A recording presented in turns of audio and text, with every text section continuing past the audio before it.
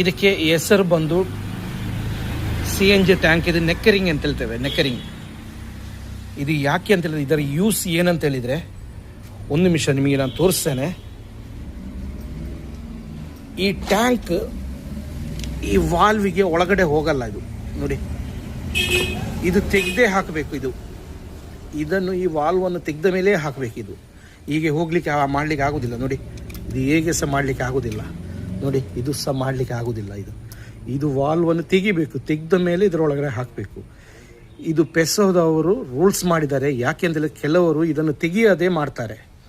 ನೋಡಿ, ಇದು ಕೂಡ ಹೌದು. ನೋಡಿ, ಇಲ್ಲಿ ಒಳಗಡೆ ಹೋಗಲಿಕ್ಕೆ ಆಗೋದಿಲ್ಲ. ಇದು ನೋಡಿ, ಇದು ಇಲ್ಲಿ ಹಾಕಿದ್ದೇವೆ ನೋಡಿ ನಾವು.